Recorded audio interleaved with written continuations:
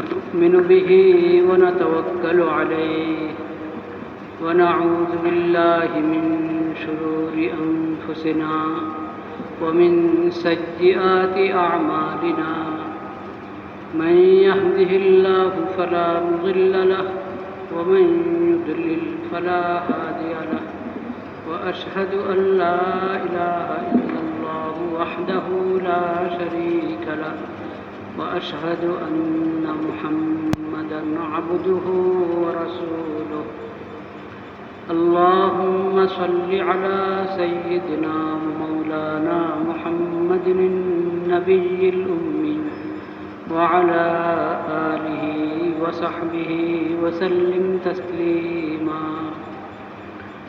اللهم اجعل صلواتك ورحمتك وبركاتك على سيد المرسلين وإمام المتقين وخاتم النبيين محمد عبدك ورسولك إمام الخير وقائد الخير ورسول الرحمة اللهم ابعثه مقاما محمودا يغبطه به الأولون والآخرون اللهم صل على محمد وعلى آل محمد كما صليت على إبراهيم وعلى آل إبراهيم إنك حميد مجيد اللهم بارك على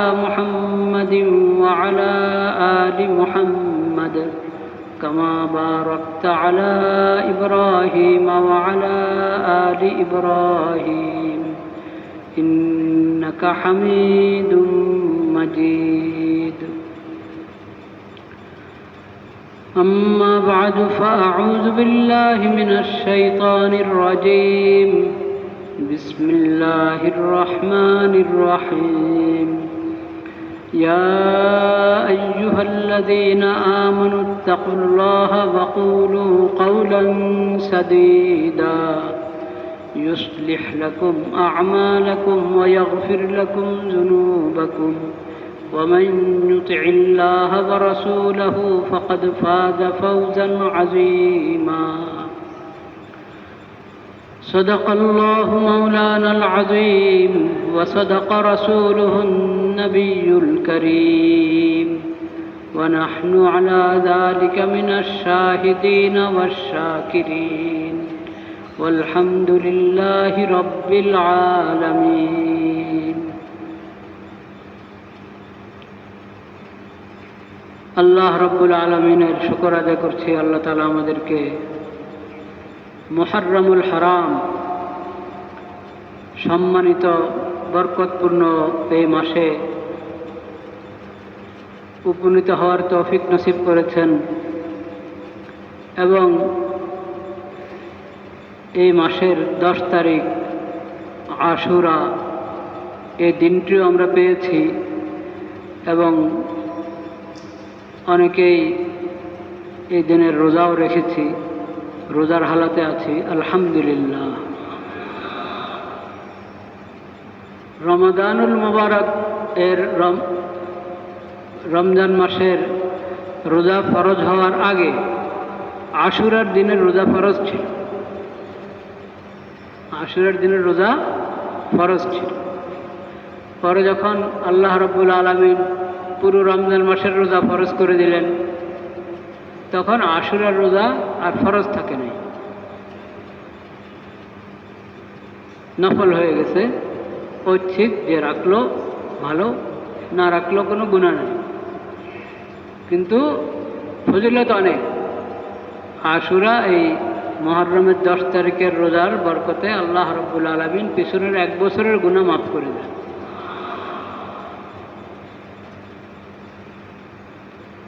তো আজকে সেই দিনটাই চলছে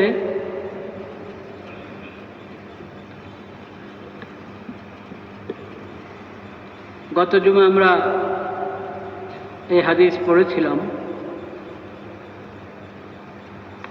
বলেছিলাম হাদিসটি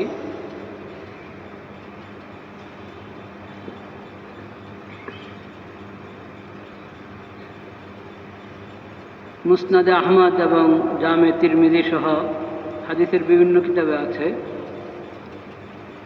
আলী রাদিয়াল্লাহু তাআলা আনহু বলেন,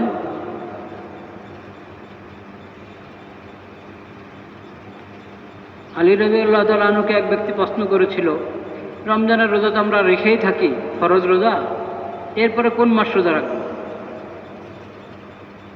তিনি বললেন, ঠিক এই প্রশ্ন নবী করিম সাল্লাল্লাহু আলাইহি সাল্লামকে এক ব্যক্তি করেছিল, আমি সামনে ছিলাম। একই প্রশ্ন যে, ইয়া রাসূলুল্লাহ, রমজান মাসের রোজা তো ফরজ, সেই মাসের রোজা তো আমরা সবাই রেখে থাকি, এরপরে কোন মাস আমি রোজা রাখবো নফল হিসেবে? বললেন, ইন কুনতা সাইমান বাদা শাহরি রমাদান ফাসুমিল মুহররম ফাইন্নাহু শাহরুল্লাহ ফীহি ইয়াওমুন তাবা ফীহি আলা কওমিন ওয়া ইয়াতুবু ফীহি আলা কওমিন আখারিন।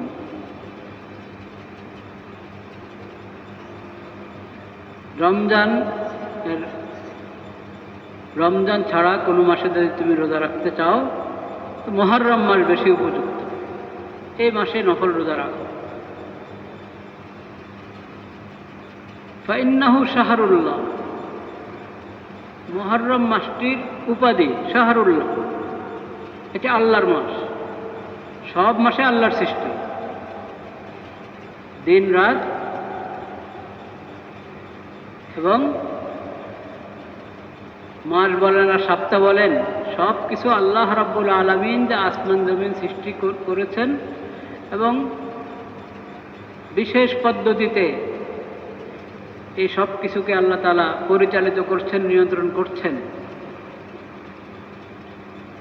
এই দিন রাত এটাও আল্লাহর সৃষ্টি, সময়টাই আল্লাহর সৃষ্টি। ওয়াসাখখারা লাকুমুল লাইলা ওয়ান নাহার,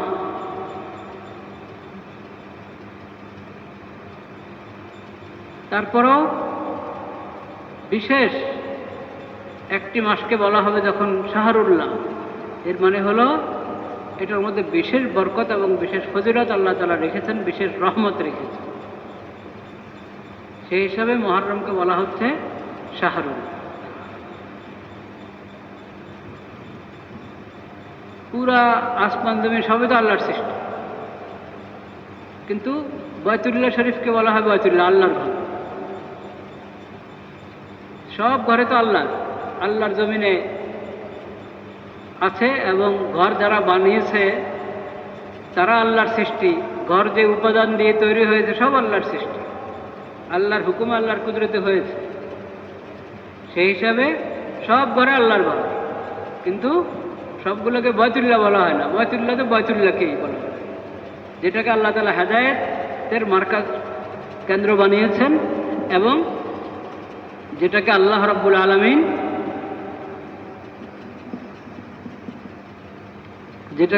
রাব্বুল আলামিন বরকতের কেন্দ্র বানিয়েছেন উম্মতে মুসলিমের জন্য। এবং উম্মতে মুসলিমে যদি টিকে থাকতে হয় তো এই ঘরের হেদায়েতের সাথে যুক্ত থাকতে হবে। এই ঘরের হেদায়েত হলো তাওহীদ, লা ইলাহা ইল্লাল্লাহ। এই ঘরের হেদায়েত হলো ইসলাম, মানে আল্লাহ রাব্বুল আলামিনের সামনে, আল্লাহর বিধানের সামনে নত হয়ে যাওয়া, আল্লাহর শরীয়ত মেনে চলা। বাইতুল্লাহর হেদায়েত কিন্তু এটাই, যে বাইতুল্লাহকে যে হেদায়েতের মার্কাজ বানিয়েছেন আল্লাহ তাআলা, সেই হেদায়েত হলো ঈমান এবং ইসলাম। সে হেদায়েত হলো ইসলামী শরীয়ত। এই হেদায়েতের বাণী উচ্চারিত হয়েছে সর্বপ্রথম বাইতুল্লাহ থেকে, তাওহীদের বাণী উচ্চারিত হয়েছে। আসলামতু লিরাব্বিল আলামিন, এই বাণী উচ্চারিত হয়েছে।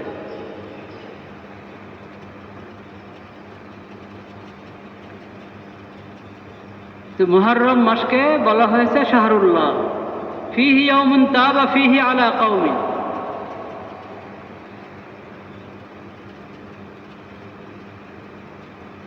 এই মাসে এমন একটি দিন আছে যে দিন আল্লাহ রাব্বুল আলামিন অনেকের তওবা কবুল করেছে। অনেক ব্যক্তি, অনেক গোষ্ঠী, অনেক জাতি ওই দিনটিতে তওবা করেছে, আল্লাহ তাদের তওবা কবুল করেছেন। ওয়ায়াতুবু ফীহি আলা কওমিন আখারিন, এবং এই ধারা চলতে থাকবে সামনেও। ওই দিনটিতে যদি কেউ তওবা করে আল্লাহ তার তওবা কবুল করবে। ব্যক্তি হোক, আর কোনো জাতি হোক, কোনো সম্প্রদায় হোক, কওম,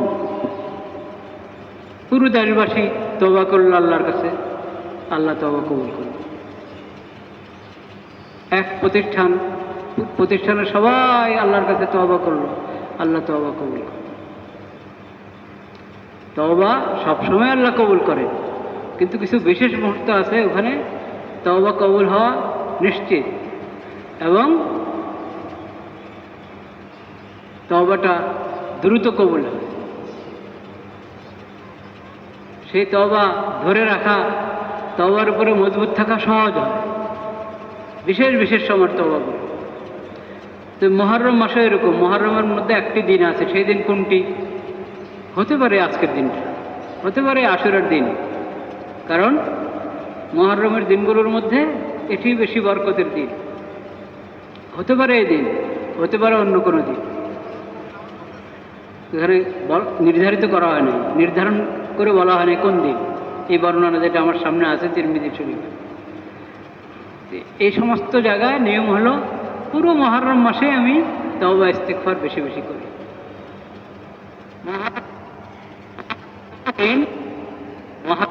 কোনো দিন, কোনো রাত যাতে তওবা ইস্তিগফার থেকে শূন্য না থাকে, খালি না থাকে। তওবা করবো, ইস্তিগফার করবো, তো ওই দিনটা আমি পেয়ে যাব, তওবা কবুল হবে। তাহলে এই মাসে বেশি বেশি নফল রোজা রাখা, এটা না শুধু 10 তারিখ, তা না, যত পারি, যে পরিমাণ যার যতটুকু সম্ভব হয় এই মাসে নফল রাখা, রোজা রাখা, বেশি রাখা ভালো। আর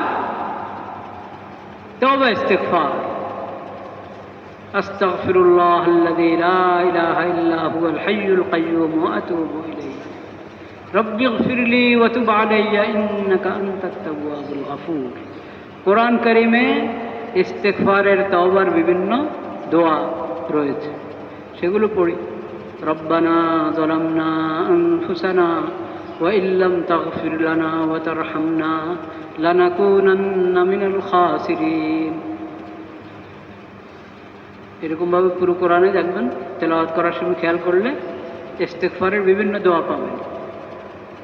রব্বিগফিরলি ওয়া লিওয়ালিদাইয়া ওয়া লিমান দাখালা বাইতিয়া মুমিনান ওয়া লিল মুমিনিনা ইয়াওমা ইয়াকুমুল হিসাব।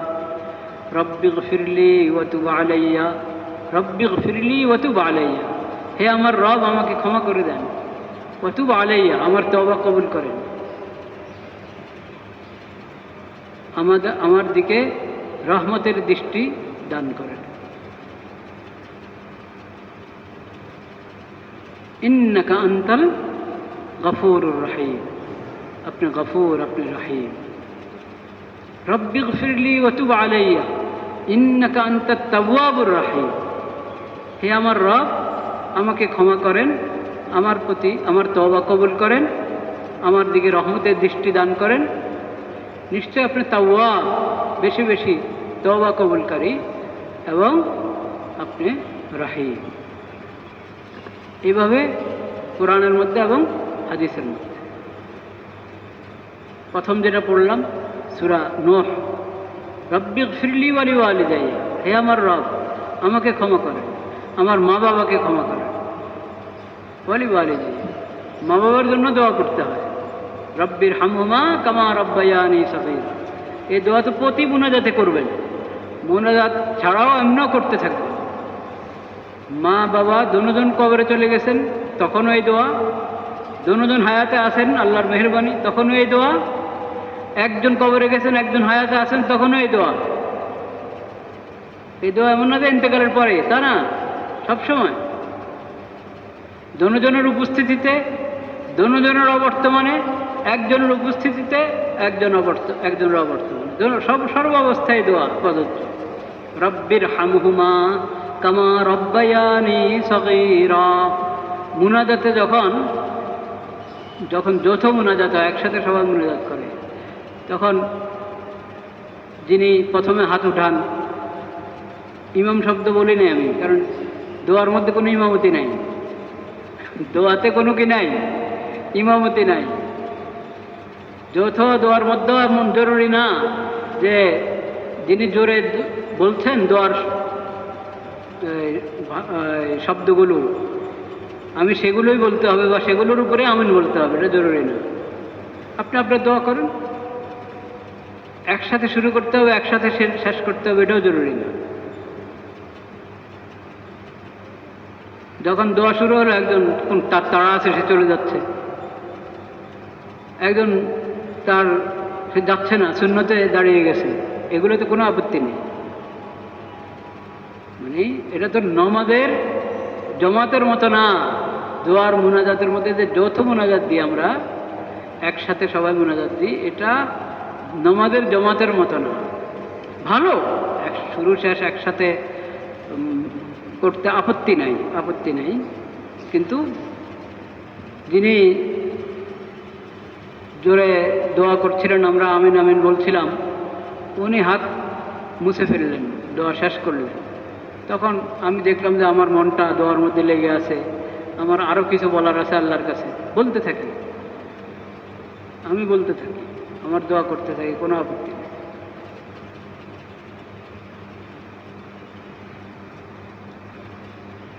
রব্বির ফিরি তো বলছিলাম মা বাবার জন্য দোয়া করা, তো তিনি যখন বলবেন রব্বির হামহুমা কামা রব্বায়ানি সগীরা, তখন আপনি নিজেও এটা বলবেন। এখানে আমিনও বললে কোনো ভুল হবে না, আমিন বললেও ঠিক আছে, কিন্তু এখানে বরং রব্বির হামহুমার মধ্যে তো প্রত্যেকে আসলে নিজের মা বাবার জন্য করছে। এই দোয়াটা এমন না যে এখানে সবার মা বাবার জন্য একসাথে আমি একা বলছি, তা না। এই ব্যাখ্যা হতে পারে, ব্যাখ্যা করা যেতে পারে, কিন্তু মূল দোয়ার অর্থটা হলো হে আমার রব, রব্বি। মূলত অর্থের দিক থেকে হলো শব্দটা রব্বি, হে আমার রব, ইরহামহুমা কামা রব্বায়ানি সগীরা, মিলিয়ে পড়ছি তো রব্বির, এই জন্য রব্বির হামহুমা, রব্বির হামহুমা কামা রব্বায়ানি সগীরা, হে আমার রব, আমার মা বাবার প্রতি আপনি দয়া করেন, কামা রব্বায়ানি সগীরা, তারা দুজন আমাকে, আমি যখন ছোট ছিলাম, ছোট মানেতে একদিন থেকে নিয়ে 1 ঘন্টা বয়স থেকে নিয়ে, মার গর্ভ থেকে নিয়েও তো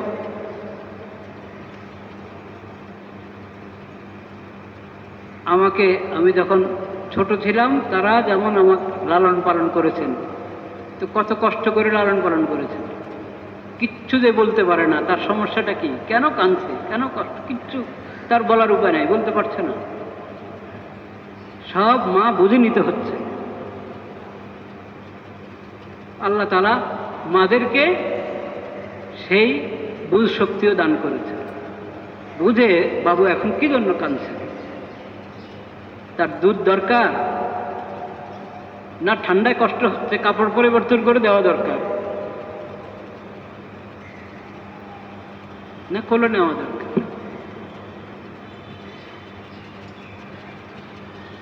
তো আমার মা বাবা আমাকে যেমন লালন পালন করেছেন, তো কত দয়ার সাথে, কত মায়ার সাথে তারা আমাকে লালন পালন করেছে। হে আল্লাহ, আমার মা বাবা এখন কবরে, আমার মা এখন বৃদ্ধ বয়সে, আমার বাবা দুর্বল হয়ে গেছেন, তারা তো আমারটা বুঝতেন, আমি তো তাদেরটা বুঝি না, কিভাবে এখন খেদমতটা করা দরকার, কিভাবে ওনাদের সঙ্গ গ্রহণ করা দরকার। আমরা তো বলি সঙ্গ দেওয়া, মাকে সঙ্গ দেওয়া, যেটাকে মাকে সঙ্গ দেওয়া বলেন ওটা আসলে মার সঙ্গ নেওয়া।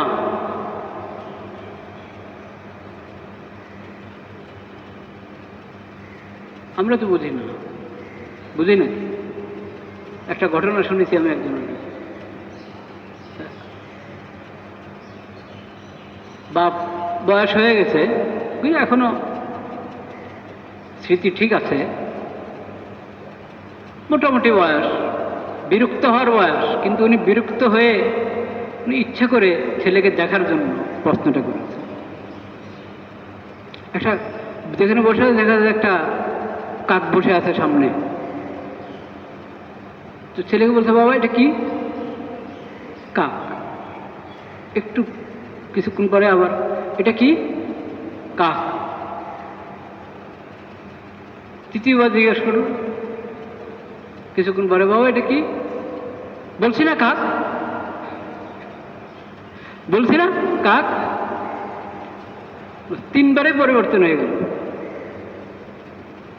তো বাবা বললেন, তুমি যখন ছোট ছিলে তো এরকম একটা কাক বসা ছিল, তুমি 30 বার আমাকে জিজ্ঞেস করেছ বাবা এটা কি। প্রতিবার আমি উত্তর দিয়েছি স্বাভাবিকভাবে, যেটা কাক, প্রতিবার স্বাভাবিকভাবে উত্তর দিয়েছি। আমরা তো বুঝি না, মা বাবা তো বুঝতেন।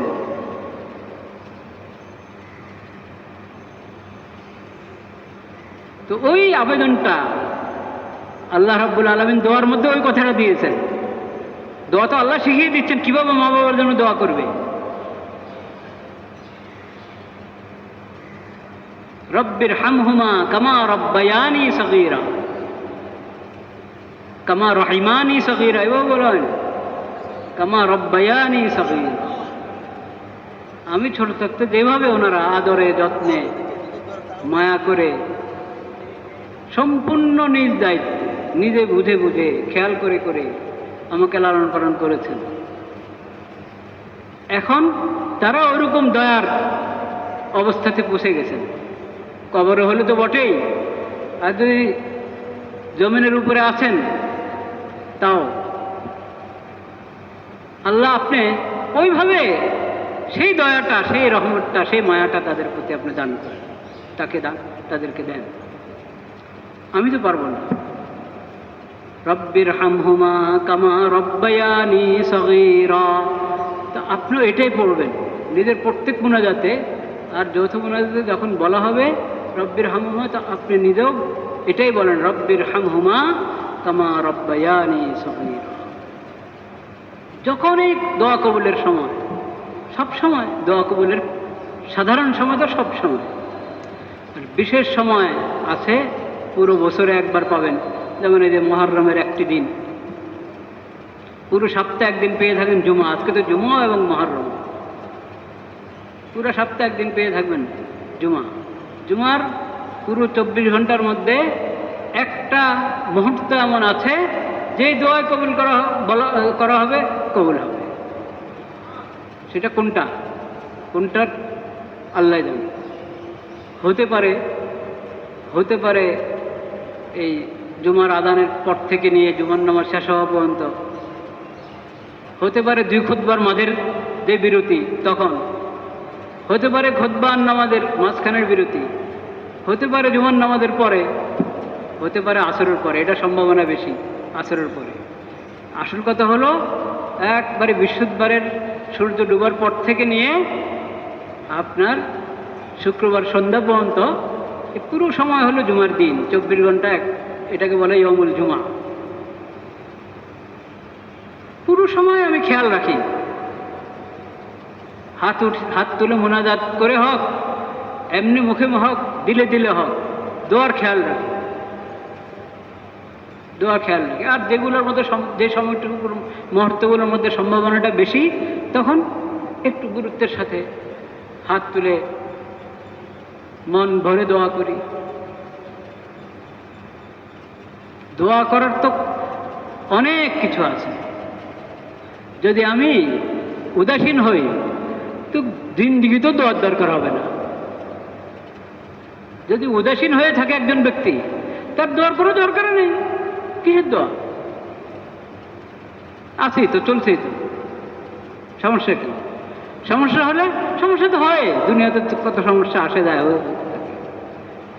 উদাসীন যে তার দোয়ার কোনো প্রয়োজনে নাই, তার তওবা ইস্তেগফারের প্রয়োজনে নাই, বলেন নাউযুবিল্লাহ। এই উদাসীনতা হারাম। যে উদাসীনতা আপনাকে তওবা থেকে, ইস্তেগফার থেকে গাফিল করে দেয়, বেখবর করে দেয়, যে উদাসীনতা আপনাকে জিকির দোয়া থেকে, আল্লাহর ফরজ থেকে গাফেল করে দেয়, সে তো একবারই কত বড় কঠিন কবিরা গুনাহ, সে তো আল্লাহ জানে। কিন্তু তওবা ইস্তিগফার এটাও তো ফরজ, এটাও এক ধরনের ফরজ। বিশেষ করে গুনাহ যখন চলছে তখন এই দ্রুত এই গুনাহ ত্যাগ করে, গুনার পরিবেশ ছেড়ে ওযু করো, নামাজে দাঁড়াও, সালাতে তওবা পড়ো, মুনাজাত দাও, ইস্তিগফার পড়ো। তো তওবা ইস্তিগফারের কত বেশি যে প্রয়োজন আমাদের, আমরা উদাসীনতার কারণে বুঝি না। আল্লাহ তাআলা ব্যক্তিকে যেমন তওবা করতে বলেছেন, সবাইকে ফাতুবু ইলাল্লাহি জামিআন আইয়ুহাল মুমিনুন, হে মুমিনগণ সবাই আল্লাহর কাছে তওবা করো, সবাই সবাই আল্লাহর কাছে তওবা করো, ইস্তিগফার করো, দোয়া করো। দোয়ার ক্ষেত্রে অনেকের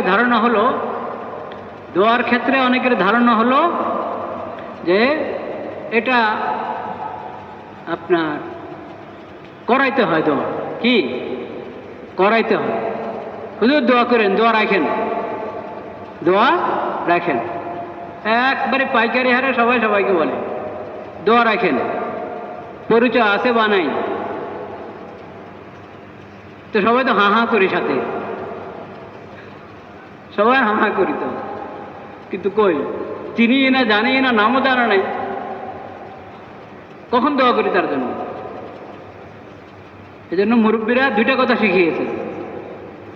একটা হলো নগদ কিছু দোয়া করে দাও, নগদ যখনই বলছে যে হুজুর দোয়া করেন, দোয়া চাই, ভাই দোয়া করেন, চাচা দোয়া করেন, নগদ আল্লাহ আপনাকে সুস্থ রাখেন, নিরাপদে রাখেন, ঈমান আমলের তৌফিক দান করেন, যা পারেন আল্লাহ সব কল্যাণ দান করেন, সব অকল্যাণ থেকে হেফাজত করেন, নগদ কিছু দোয়া করে দেন।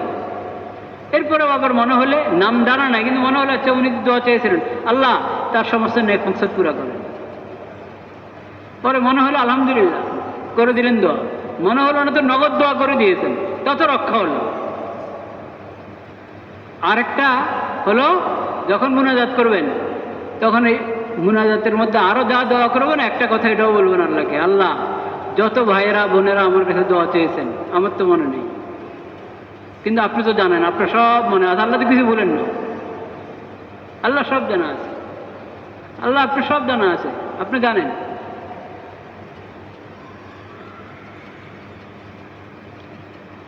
তাদের সমস্ত নেক মাকসাদ আল্লাহ আপনি পুরো করেন, সমস্ত অকল্যাণ থেকে তাদেরকে হেফাজত করেন। কে কি উদ্দেশ্য দেওয়া পেয়েছে আপনি ভালো জানেন, আপনি সব উদ্দেশ্য সফল করেন। এইভাবে মুনাজাতের মধ্যে বলে দিলে তাও একটা রক্ষা। আর না যে একটা তামাশার মতো হয়ে যায়, আমিও দোয়া চাইলাম কিন্তু আন্তরিকতার সাথে হয়তো আমিও চাইনি, কথার কথা সবাই বলে, আমি বললাম দোয়া রেখে দোয়া করে, আন্তরিকতার সাথে বলবো, যদি এই কথা বলি আন্তরিকতার সাথে বলবো। আর আমি যদি গ্রহণ করলাম এটা, জি ইনশাআল্লাহ, তাহলে আমি একবার তার নাম মনে রেখে ঠিক যে উদ্দেশ্যে বলেছে সেটা যদি মনে থাকে আলহামদুলিল্লাহ বললাম ওইভাবে, না হলে কমপক্ষে আল্লাহর হাওলা করে দিল, আল্লাহ কবুল করে নেবেন। কিন্তু এই বিষয়টাকে একটা রেওয়াজ বানিয়ে নেওয়া, শুধু তামাশা বলা, মানে কি বলে, কথার কথা বললাম, আমিও কথার কথা গ্রহণ করলাম, এটা ঠিক না, অন্যায় এটা। তো দোয়া শুধু অন্যের কাছে দোয়া চাওয়া যায় যে আমার জন্য দোয়া করবেন, এটাতে আপত্তি নাই, কিন্তু প্রথম হলো নিজে। আমি দোয়া অন্যের হাওলা করে নিজে ফারেক হয়ে গেলে হবে না, আমার দোয়া তো আমাকে করতে হবে এক নম্বরে। অন্যের কাছে দোয়া চাইলাম এটা ভালো, কিন্তু নিজে উদাসীন হলে অন্যের দোয়া আমাকে কাজে দিবে না, এটার সম্ভাবনা বেশি। দিতেও পারে, কিন্তু উদাসীন হলে, উদাসীনতা একটা বড় খারাপ ব্যাধি। এটা আমার নিজেরই গরজ নাই, তার জন্য দোয়া আল্লাহ আমার জন্য কবুল করবে, এটা কি দাবি করব, কিভাবে দাবি করতে পারি আমি? আল্লাহ করলে আল্লাহর মেহেরবানি। দোয়া নিজের দোয়া নিজে করতে হবে, এবং দোয়া নিয়মিত করার বিষয়, শুধু মুসিবতের সময় না। মুসিবতের সময় দোয়া কবুল হবে, দ্রুত কবুল হওয়া, এটা যদি আমি চাই, তাহলে যখন মুসিবত নাই তখনও দোয়া করব। এটা হাদিসের শিক্ষা।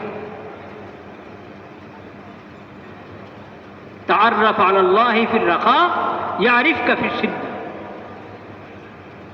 সাধারণ অবস্থায় দোয়া করো, আল্লাহর কথা মনে রাখো, আল্লাহর বিধান মেনে চলো, জিকির দোয়ার খেয়াল রাখো, তাহলে যখন মুসিবতে পড়বা তখন আল্লাহ তোমাকে চিনবেন, তোমার খেয়াল রাখবেন। চেনা মানে খেয়াল রাখবেন।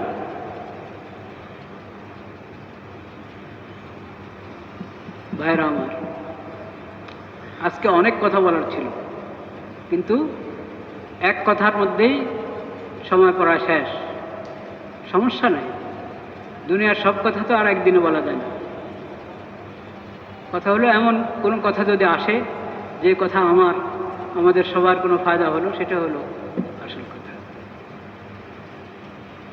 তওবার কথা আমি বলছিলাম, তওবার জরুরত মনে হয় না আমাদের। আচ্ছা, দেশের জন্য দোয়া করার জরুরত মনে করেন কিনা আপনারা? দেশের জন্য, পুরো মুসলিম বিশ্বের জন্য দোয়া করার একটা কাজ কিনা? নিজের দেশের জন্য দোয়া করার একটা কাজ কিনা? কাজ। এটা রাষ্ট্রপতি আর প্রধানমন্ত্রী দোয়া করবেন না, সবাইকে করতে হবে? সবাইকে করতে হবে, তাদেরকেও করতে হবে।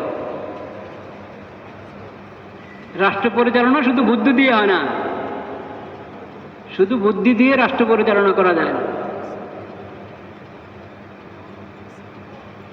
বুদ্ধিরও দরকার আছে, হিম্মতেরও দরকার আছে, দোয়া মোনাজাতেরও দরকার আছে।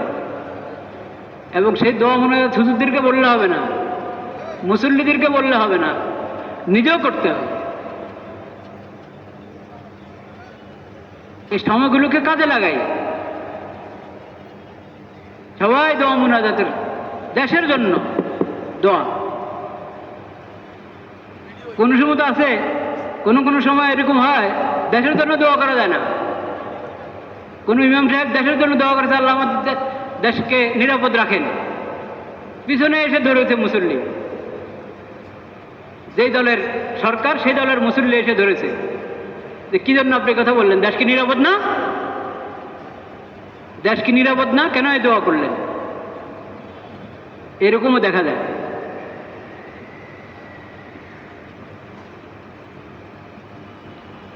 একটা সুন্দর বিজ্ঞাপন দেখেছি, আশা করি এটা বাস্তবসম্মতই হবে। এই বিজ্ঞাপন, এটা কার পক্ষ থেকে এসেছে? বিজ্ঞপ্তি, হ্যাঁ বিজ্ঞপ্তি, গণবিজ্ঞপ্তি। ঢাকা মেট্রোপলিটন পুলিশ, ওখান তাদের কি ফেসবুকে এটা পাওয়া গেছে নাকি? এইখানে বলা হয়েছে যে 10 মুহররমে অনেকে মিছিল করে, তাজিয়া মিছিল বের করে না? তো তাজিয়া মিছিল তো নিষিদ্ধ শরীয়তে। তাজিয়া খালি মিছিল না, তাজিয়ার যে কর্মকাণ্ড, মুখে থাপ্পড় দেওয়া, বুক পিটানো বা কাপড় ছিঁড়ে ফেলা, হাই হুতাশ করা, এগুলো নতুন মুসিবতের ক্ষেত্রেও নিষেধ, পুরানো মুসিবতের ক্ষেত্রেও নিষেধ। কোরআন সুন্নাহ ইসলামী শরীয়তে নিষেধ। শিয়া ভাইরা তারা হুসাইন রাদিয়াল্লাহু তাআলার শাহাদাত, এটা কি শুধু শিয়া ভাইদের বিষয় না তাদের আগে সুন্নি ভাইদেরও বিষয়? বলেন, সুন্নি ভাইদের বিষয়। হুসাইন রাদিয়াল্লাহু তাআলার শাহাদাত এটা বড় মুসিবত, কিন্তু এটাকে বড় মুসিবত কি শুধু টিয়ারা মনে করে না অন্য মুসলমানরাও মনে করে? সবাই মনে করে। বরং নাহনু আহাক্কু বিল হুসাইন মিনকুম, শিয়া ভাইরা নারাজ না হলে আমি বলতে চাই, হাসান রাদিয়াল্লাহু তাআলা আনহু, হুসাইন রাদিয়াল্লাহু তাআলা আনহু, আলী রাদিয়াল্লাহু তাআলা আনহু, ফাতেমা রাদিয়াল্লাহু তাআলা আনহা আহলে বাইত, এবং যে ইমামদের আপনারা নাম নিয়ে থাকেন তাদের হক বোঝা, তাদের সঠিক অনুসরণ আহলে সুন্নাত ওয়াল জামাতে করে থাকে, সুন্নি মুসলমানরাই করে থাকে। আমরা বলতে পারি এই কথা, নাহনু আহাক্কু বিহুসাইনিন মিনকুম। তো মানে আশ্চর্যের বিষয় হলো, যেটা আমি গত জুমার আগের জুমা বলেছিলাম, শিয়া ভাইরা যে সমস্ত গন্ধ থেকে মাসলা মাসাইল গ্রহণ করেন এবং আহলে বাইতের ইমামদের বক্তব্য গ্রহণ করেন, যেসব বই তারা মনে করেন নির্ভরযোগ্য, অন্য অনেক নির্ভরযোগ্য বই থেকে তারা কিছু নিতে রাজি হয় না সহজে, ওটার উপরে তাদের তেমন কোনো আস্থা নাই। কিন্তু কিছু গ্রন্থ এগুলোর ব্যাপারে ওনাদের খুব আস্থা। ওইসব গ্রন্থ থেকে আমার এখানে সব লেখা আছে, সময় থাকতে আমি পড়বে শুনেছি। ওইসব গ্রন্থের মধ্যেও নবীজির হাদিস উল্লেখ করা হয়েছে এই বিষয়ে, ওইসব গ্রন্থের মধ্যে হোসেন রাদিয়াল্লাহু তাআলার বক্তব্য উল্লেখ করা হয়েছে এসব বিষয়। কি বিষয়? যে যখন মৃত্যু হবে, আমার মৃত্যুর পরে তোমরা কি করবা না? বিলাপ করবা না, হায়ুতাস করবা না, কাপড় ছিঁড়বা না, মুখে থাপ্পড় দিবা না, বুকে থাপ্পড় দিবা না, শরীরে আঘাত করবা না, নিষেধ, মানে স্পষ্ট নিষেধ। এই নিষেধাজ্ঞা এনা যে সুন্নিদের কিতাবে আছে, শিয়াদের কিতাবে নাই তা না, শিয়াদের বইপত্র আছে। শিয়ারা যাদের নাম নেয় তাদের পক্ষ থেকে স্পষ্ট আছে, শিয়াদের বইতে কথা আছে। হোসেন রাদিয়াল্লাহু তাআলা যখন শহীদ হওয়ার সময় এসে গেছে, তখন ওনার বোন কান্না শুরু করেছিল, তখন উনি নিষেধ করেছেন, আরে কি করছো তুমি, এটা তো পাপ, তুমি ধৈর্য ধরো। তো তারপর ওনারা তাজিয়া মিছিল বের করবেন, কিন্তু তাজিয়া মিছিলে নাকি এই অনেকের হাতে ইয়া থাকে, বিভিন্ন এই দা থাকে, ছোরা থাকে, কাঠি থাকে, বর্ষা থাকে, বললাম তরবারি, লাঠি, বিভিন্ন এরকম থাকে। তো এখানে বলা হয়েছে যে এটা অন্যায়, হ্যাঁ, এটা যেন মিছিল যারা করবে তারা যেন এই ধরনের কোনো অস্ত্র হাতে না রাখে, নিষেধ করা হয়েছে। হ্যাঁ, আঘাত করে সব এখানে বলা হয়েছে পুলিশের পক্ষ থেকে যে এটা নিষেধ, এটা কেউ করবেন না। তো এই জন্য আপনার ঢাকা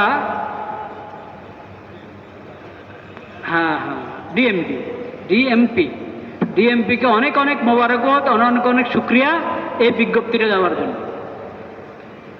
এবং এই বিজ্ঞপ্তি আরো প্রচারিত হওয়া দরকার। আমি দেখলাম, যদি আমি ঠিক বুঝি না সব কিছু কোনটা বাস্তব কোনটা অবাস্তব, অনেক সময় এরকম হয় যে নেটে আসে কিন্তু ভুয়া হয়। এই হিন্দুরা মিছিল করেছে কোথায়, যে যেখানে মন্দির হচ্ছে গাইবান্ধা, ওখানে মিছিল করছে, এক একজনের হাতে দেখি বিশাল আপনার দা, আবার খন্তি, তারপরে ওই যে বড় বড় হাড্ডি কোবানোর জন্য বড় বড় ইয়ে থাকে না, দামা চাপাতি, কত কিছু নিয়ে মিছিল করছে। যদি এটা বাস্তব হয়ে থাকে তাহলে এটা দেশের জন্য বড় হুমকি। এই দেশে হিন্দু সহ অন্যান্য অমুসলিম যারাই আছেন এই দেশে, তারা আলহামদুলিল্লাহ শান্তিতে আছেন, নিরাপদে আছেন। আমরা শান্তিপূর্ণ সহ অবস্থানের পক্ষে, শান্তিপূর্ণ সহ অবস্থানের পক্ষে। কিন্তু দেশের নিরাপত্তা বিঘ্ন হবে, দেশের এবং দেশবাসীর নিরাপত্তা নষ্ট হবে এমন যে কোনো কাজ যারাই করবে সেটা অন্যায়, ওটার প্রতিবাদ হতে হবে, ওটার প্রতিরোধ হতে হবে সরকারের পক্ষ থেকে। তবে সকল মুসলিম ভাইদের প্রতি আমরা দরখাস্ত করছি, অনুরোধ করছি, আমরা সবর ধরুন। আমরা এটা ষড়যন্ত্র, এটা ষড়যন্ত্র, মুসলমানরা খেপলে একটা দাঙ্গা বাজবে, তাহলে এটাকে ইস্যু করে দেশের 12টা বাজাইতে পারবে, মুসলমানদের ক্ষতি করতে পারবে। এগুলো ষড়যন্ত্র। কাজে আমরা বোঝার চেষ্টা করি, আমরা সবর ধরব। বাকি আমরা সরকারের দৃষ্টি আকর্ষণ করব যেখানে শিয়াদেরকে নিষেধ করা হচ্ছে যে এরকম মিছিলের মধ্যে আপনারা এই সমস্ত অস্ত্র হাতে রাখবেন না, তো সেখানে হিন্দুদের জন্য এটা নিষেধ হবে না? অবশ্যই নিষেধ হবে। আল্লাহ রাব্বুল আলামিন আমাদেরকে তৌফিক দান করেন এই মাসের এবং পুরো জিন্দেগীর এই সময়, এই হায়াত আল্লাহর দান, এটার হক আদায় করার তৌফিক নসিব করেন। ওয়া আখিরু দাওয়ানা আনিল হামদুলিল্লাহি।